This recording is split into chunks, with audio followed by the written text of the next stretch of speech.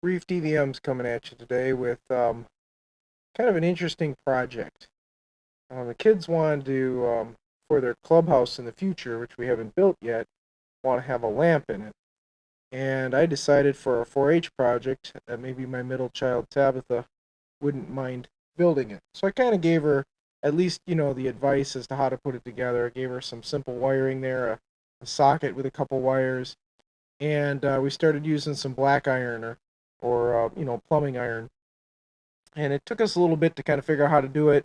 We decided to go with kind of a 2-inch wider bell flare at the bottom so that we could hide the switch for the light in it. And then we put a little reducer in it to get it down to the 3/4 inch pipe that we wanted. And then we put 2-inch, 3/4 inch pipe risers in it. And then it was just kind of trying to figure out how to make the lamp look like the critter we wanted. In our place, we're really kind of going for that kind of cow goatee look. So it ended up turning out to be a cow, but at the time we were starting to do this in the video, we weren't sure if it was going to be a cow or a goat.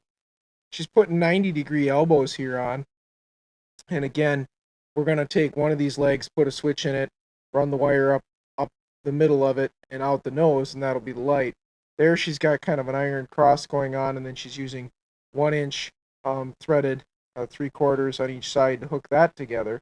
And she's going to do the same with the back end. She's going to use a 1-inch connector, and then a cross, and then another 1-inch connector. Now you'll notice for the tail, we started to look at what we could use for a tail. One of the things we thought about was a boiler spigot there, and we thought we'd give that a try. And nothing is tight yet, folks. We haven't cranked this stuff down and tightened it up yet. But we're just playing with design. We thought, well, maybe that kind of blue faucet handle could look like a tail coming out the back end.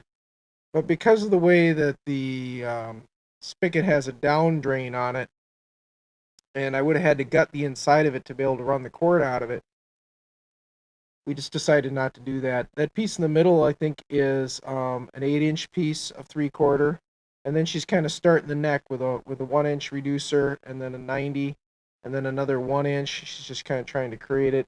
And there's another, I think it's about a 45 bent towards us, and then another 1-inch adapter in there, and then we're gonna kind of turn the corner and try to make a neck with a nose.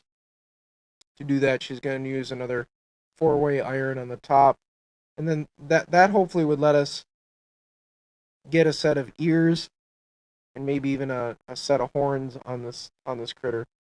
If we build this thing heavy enough and stocky enough, I mean, man, this thing could really last for a long time. The other thing with it is it's a lot harder for the kids to knock it over. So that was kind of our goal. Again, once we get it all nice and tight and stuff, it'll probably look really cool. There she's kind of trying to put on kind of a nose piece. We had to play with this a little bit. We had to actually start putting some of the wire in it, just so that it's easier to feed to the back leg to get to the switch. I wouldn't say it was easy. As you can see, she's taking things on and off a little bit. It, it's it's an art thing, right? I mean, you kind of got to play with it and decide what you wanted. Um, at this point, we just weren't real happy, so we took it apart again and kind of tried to put some fittings in there that maybe give us more of an advantage as far as trying to get a set of horns in. She's taking it down to 1/2 inch because instead of then a 4-way, you can use a 6-way, and we got some more of those boiler valves, and see if we can put those on maybe for ears and horns, and see if we can kind of create that look we want.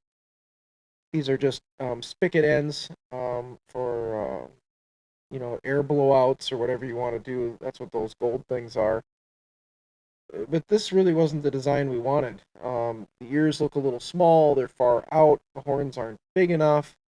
As she's trying to get kind of a nose on and figure out how to, make it look like a cool critter, it just started looking like weird. We asked the other couple family members to come in and take a look at it, and some thought it was a dog. Some thought it was, a weird goat. Nobody seemed to think it was a cow. So, as part of the artistic nature we are, we tried to add something there to the horns and make them stand out more and see if we could make a bigger critter out of it. Eventually, we kind of decided that probably the gold and the blue weren't going to fit with us even if we painted it. They're just not they're just not big enough. They're not round enough. So kind of decided to kind of change position. We also looked at a few photographs and looked at some of our own animals just to kind of see how the horns came out of their head and realized that you know we need to get better angles. So we ended up using these uh, black iron uh, wall mount pieces for ears. That actually turned out to be a better idea for us. They're much more in line with the design that we were going for. They're closer to the head, and by being closer to the head, it allows us to put kind of more of a horn hood ornament on top that's more identifiable. So we ended up liking this better, and then we change out that rear one too, because again the stovepipe valve out the bottom there kind of looks like a body part that we really didn't like, and again it doesn't really fit the theme, and we would have had to paint it, and then again we couldn't run the wire out it like we wanted to. I didn't really want to run the wire out of a leg because I want it to sit flat on all the legs. Here she's just trying to play with the top piece with horns. We tried everything we could to make something that looked real, and this little three-way up top didn't seem to do it any more than anything else. So we end up making more of a bridge effect. In a minute, you'll see that we tried different ways of positioning it and angling it. It just didn't really work. The one thing I would say is that pictures were helpful, and when you're working with, you know, black iron and you got a couple pictures of some animals, it makes it a little easier. Here we're training out that tail, trying to put more of a like cap design on the back end, and have the tail go more down like these animals naturally would versus straight out or something like that, more like a dog's tail. Just trying to get in place here and see if we can get it done. We're toying with it a little. And then when we get done with this, we are going to paint it.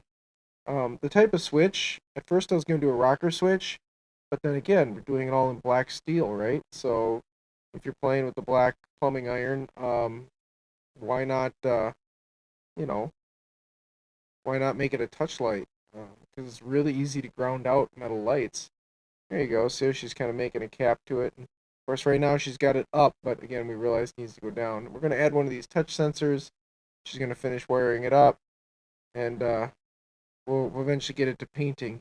So this is the horn design that we ended up kind of liking, where we kind of made it, like out of a T. So we took a T with two 1-inch reducers, and then a couple 45s, and then we just capped them.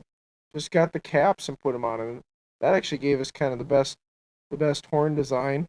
We put a plug there in the front to kind of give it more of a facial appearance. And that actually kind of gave us the best look. Most people came up to this and thought it was a cow. We stuffed that little switch in one of the feet, ran an extension cord up the body and into the switch, and then over to the light socket. Light socket there we shoved into the nose, put some high temp silicone around it, and then we got the wires all in. And then it was kind of proof of concept time. So we plug it in, and we'll have Tabitha stick a heritage bulb in it. Of course, it lit up right away, which is great. And now the test of faith. Does it activate when she touches it? Because we're using one of those touch sensor switches that grounds out.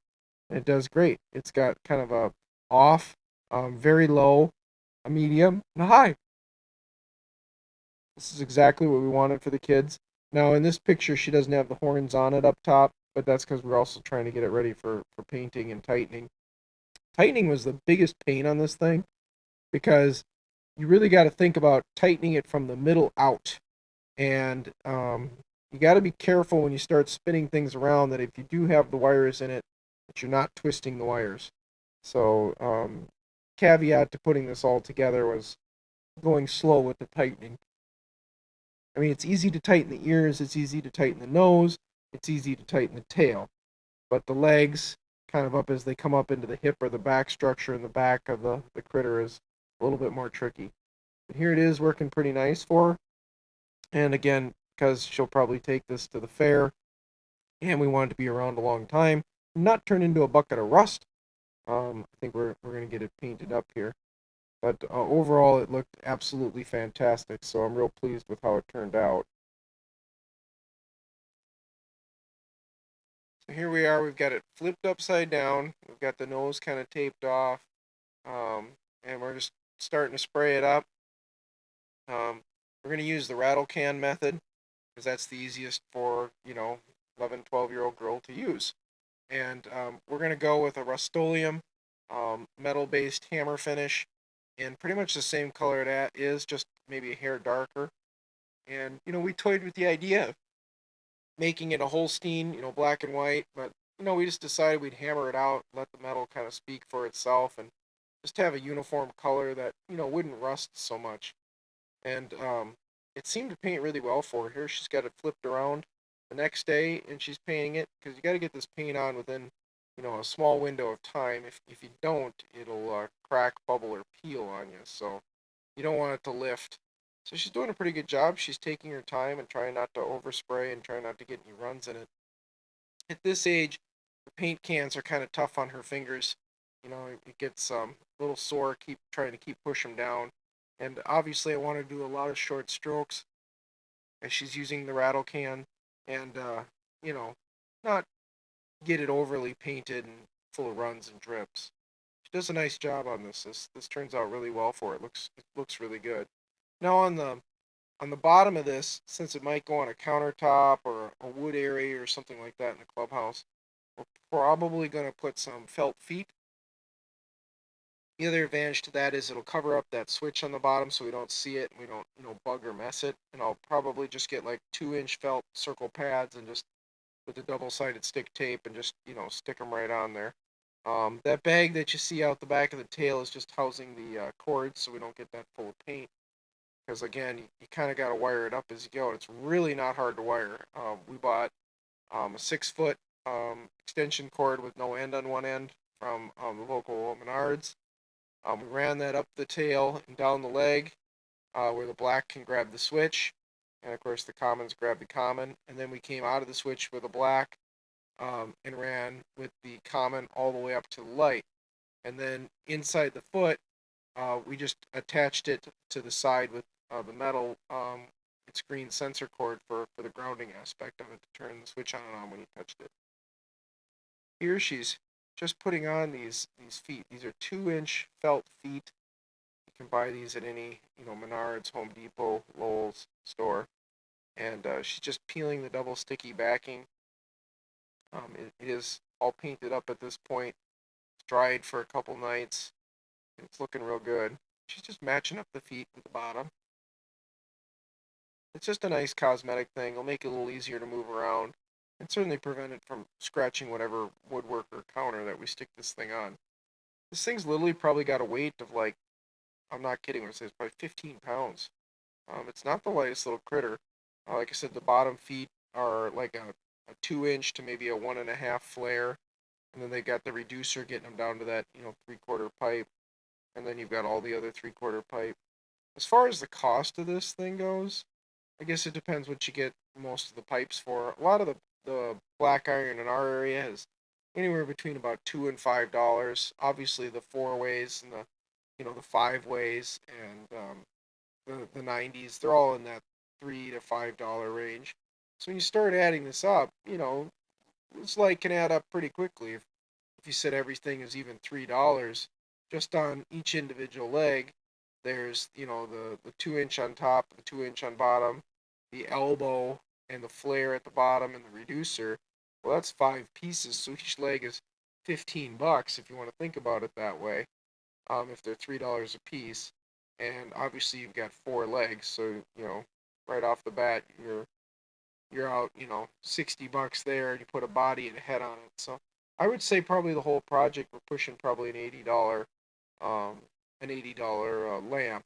Here she's putting the horns on.